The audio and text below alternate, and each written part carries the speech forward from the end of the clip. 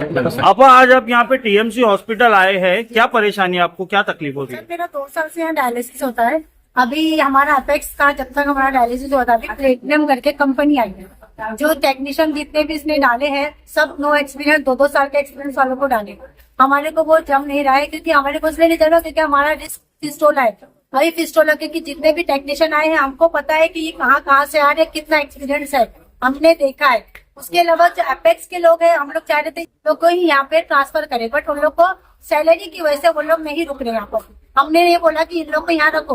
अभी ये लोग ने प्लेटिनम वाले लोग ने सबकी रिपोर्ट करवा दी, ब्लड रिपोर्ट और यूएचजी करवा दी।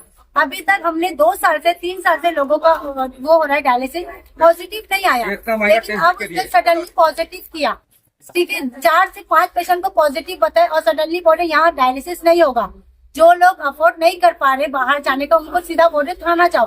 कोई इंसान का हस्बैंड नहीं है, किसी को अपने माँ बाप के पास पड़ा है डायलिसिस को लेकर, तो वो लोग कहाँ से लाएंगे पैसा? ये लोग सीधा बोले थाना जाओ, थाना जाओ, नहीं तो रहमानिया जाओ, रहमानिया में पैसा लग रहा है, इतना चार्जेस नहीं है हमारे पास।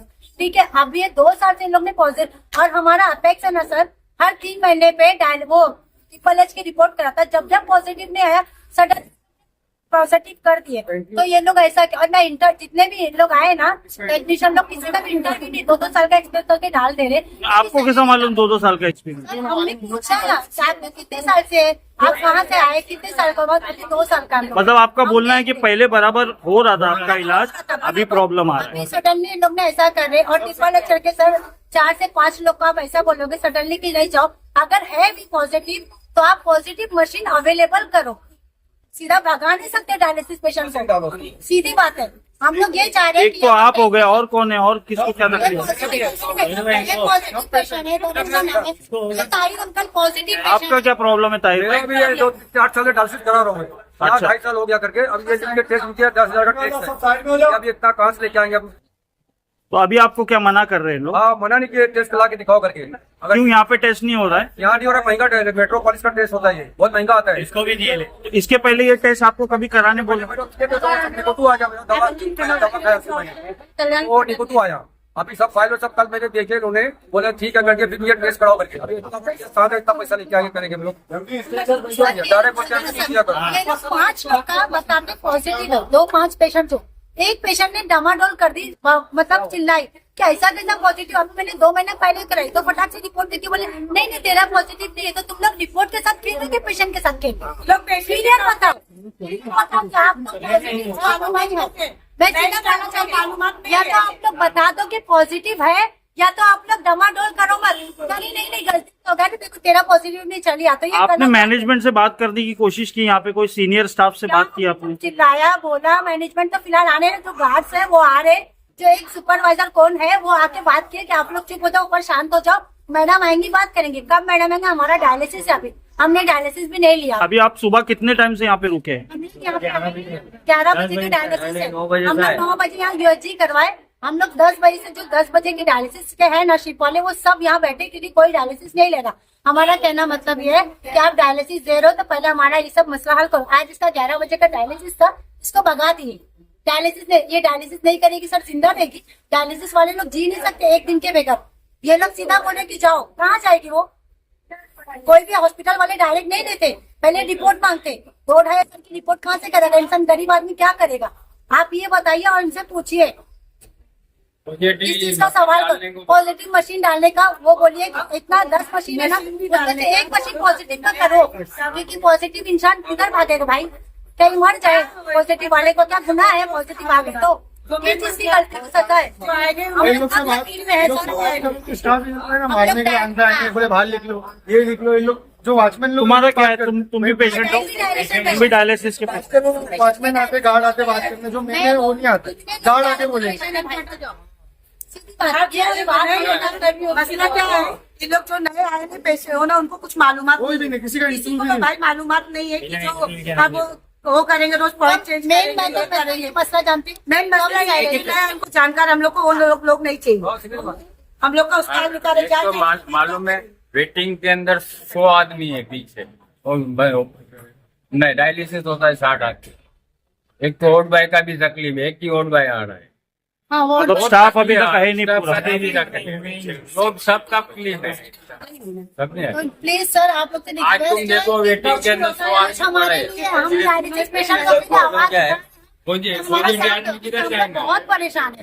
प्रॉब्लम क्या है सर? प्रॉब्लम ये है कि जितने भी हमारे डायलिसिस पेशेंट है ना, उन लोगों को ना यहाँ के अभी जो प्लेटिनियम वाले लोग हैं ना, नए स्टाफ डाले वो जरा भी इनको भारे नहीं, क्योंकि इन लोग प्रैक्टिकल उनका देख रहे ना, उन लोग का प्रैक्टिकल देख रहे 2-4 दिन, हफ्ते भर से 10 दिन से उनका प्रैक्टिकल देखे, लेकिन वो कैसा इनको ना जरा भी सपोर्ट नहीं कर पा रहे उन लोग, मिल नहीं पा रहे उन लोग से। और जो पुराने वाले एपेक्स वाले ना वो बेटर है, वो इनको सपोर्ट कर रहे, तो इन लोग क्या बोल रहे हैं कि उनको ही रखो ना, आप चेंज क्यों कर रहे हो उनको? तो लोग क्या बोल रहे हैं कि एपेक्स वाले नहीं रहेंगे, प्लेटिनियम वाले रहेंगे। तो प्लेटिनियम वाले लोग क्या बोल रहे हैं, ठीक है तुम प्लेटिनियम में उन लोग आने तैयार है, तो उसकी सैलरी दो जो एपेक्स में मिलती है, उन लोग हमारा ट्रीटमेंट करेंगे यहाँ पे, प्लेटिनियम में रहने दो। और उसके अलावा लेकिन उनको ले लो ना, तुम उनको लेने नहीं तैयार है, तुम अपने हिसाब से डाल रहे हो। जो डायलिसिस की मशीन है वहाँ पे वो कैसे चलाते हैं हाथों से, वो बटन वाली नहीं है, कंप्यूटर वर्क है। वहाँ प्लेटफॉर्म में कितने स्टाफ आप जाके पूछ लो, ये मशीन चला नहीं पा रहे हैं। मैं बोल रही हूँ आपको, ठीक है वो मशीन नहीं चला सकते। अभी राशन कार्ड का इशू था, राशन कार्ड अभी मतलब सिर्फ नाम का करेक्शन था, तुम भी डायलिसिस पेशेंट हो? नाम का करेक्शन था, नाम करेक्शन कराने के लिए बोलिए उन्होंने, लेकिन उन्होंने लेटर दी थी बड़े इधर पे नहीं होगा, विदाउट मतलब सिर्फ नाम के करेक्शन की वजह से मतलब डायलिसिस यहाँ पे नहीं होता, मैं कहाँ जाऊँ? सर आज अपनी मजमन हॉस्पिटल पे डायलिसिस पेशेंट ने कुछ विरोध किया था। कहा जा रहा है कि जो डायलिसिस करते हैं वो सीखे हुए लोग नहीं है, सब टेम्परेरी बेसिस पे रखे गए, ऐसे करके उन्होंने आरोप लगाया है। उस पर आप कुछ बात करना चाहते हैं? देखिए मैं आपको ये बताना चाहूँगा, फ्रीडम फाइटर हाकिम अजमल खान हॉस्पिटल का जो डायलिसिस डिपार्टमेंट है वो अभी भी एपेक्स किडनी केयर के पास ही है। एपेक्स जो कंपनी है जो उसको पहले से चला रही थी वो अभी भी उसको चला रहे हैं। उनको हैंडओवर का लेटर इशू हुआ है, वो हैंडओवर अभी भी हमारे पास हुआ नहीं है। तो उधर कौन सी टेक्नीशियन क्या करते हैं उसके ऊपर मैं कमेंट तो नहीं कर पाऊंगा, बट मेरा ये है कि जब हमारे पास ये डिपार्टमेंट हैंडओवर हो जाएगा, हम लोग उसको एक सुपर स्पेशलिटी हॉस्पिटल में डायलिसिस डिपार्टमेंट को जैसे चलाया जाता है, जैसे डायलिसिस पेशेंट को पीरियडिकली नेफ्रोलॉजिस्ट को दिखाना, उसकी रिपोर्ट्स कंटिन्यूअस चेक करना कि पेशेंट फेलियर की तरफ तो नहीं जा रहा है, उसको मेंटेन्ड है कि नहीं, वो सारी चीज़ें एक बार हमारे पास जब डिपार्टमेंट ट्रांसफर हो जाएगा उस चीज़ पे बहुत अच्छे से ध्यान रखा जाएगा।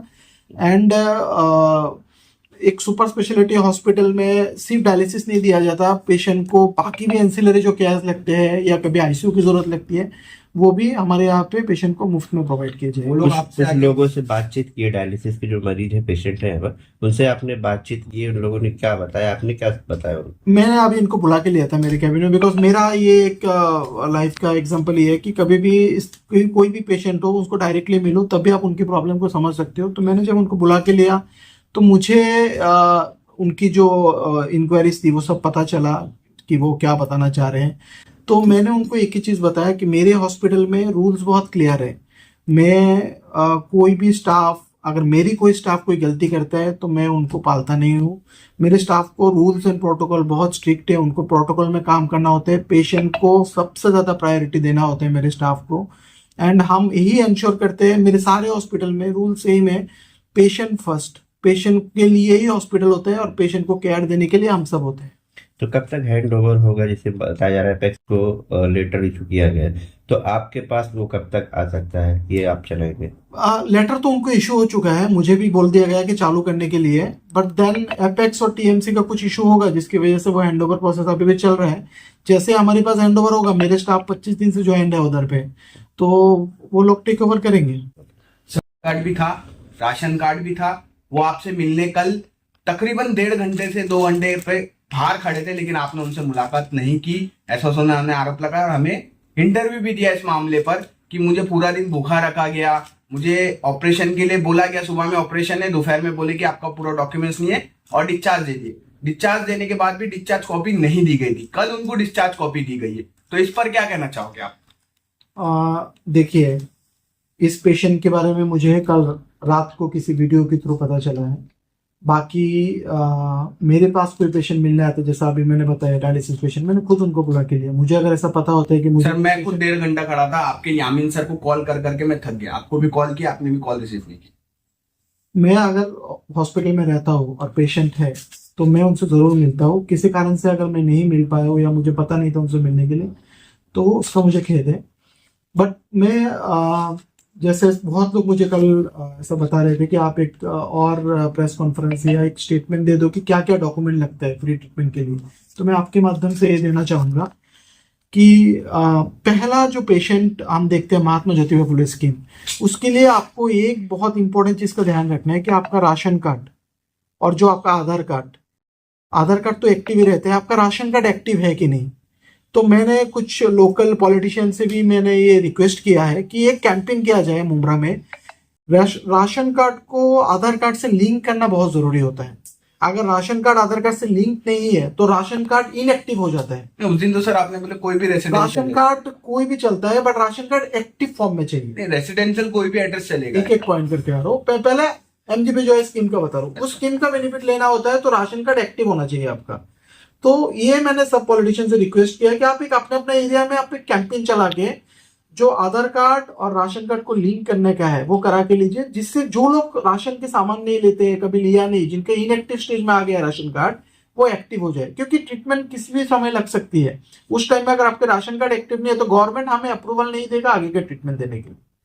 ये हो गया पहला पॉइंट। जब हम जिसके पास राशन कार्ड है, अभी जिनके पास राशन कार्ड नहीं है किसी कारण से, बट उनके पास वोटर कार्ड है या आधार कार्ड है और जिसमें मुंब्रा का एड्रेस या थाने का एड्रेस लिखा हुआ है, वैसे लोगों के लिए सिर्फ वो डॉक्यूमेंट ही हमें दिखाना होता है, उसका जेरॉक्स कॉपी देना होता है सेल्फ अटेस्टेड करके। सर वो तो था उनके पास डॉक्यूमेंट, रेसिडेंशियल एड्रेस था मुंब्रा जीवन बाग। मैं वो पेशेंट के बारे में इंक्वायरी कर रहा हूँ, उसमें क्या हुआ है। मेरे प्रिलिमिनरी इंक्वायरी में पता चला कि उसके राशन कार्ड में कुछ नाम का इशू था, जो मैं अभी क्रॉस चेक करूंगा एंड वो पेशेंट को वापस बुला के उनका आगे का जो भी ट्रीटमेंट है मैं देखूंगा कि कैसे, अगर कोई स्टाफ उसमें दोषी पाया जाता है तो वो स्टाफ को काम से भी निकालूंगा।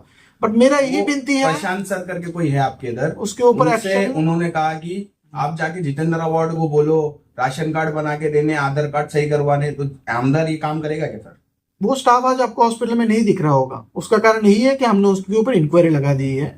मैं किसी भी स्टाफ को यही है मेरे स्टाफ के लिए protocol clear, patient first, patient को पहले प्रायोरिटी दीजिए। और ऐसा किसी भी पेशेंट जो हमारे पास आए होते हैं उनको प्रॉपर ट्रीटमेंट और केयर मिले, उसके लिए मैं उनको हमेशा से गाइड करता हूँ, और नहीं करता कोई तो मैं एक्शन भी लेता हूँ। ये भी पेशेंट को मैं वापस बुला के मैं खुद मिलूंगा और उनको जो भी हो सके मैं करूंगा।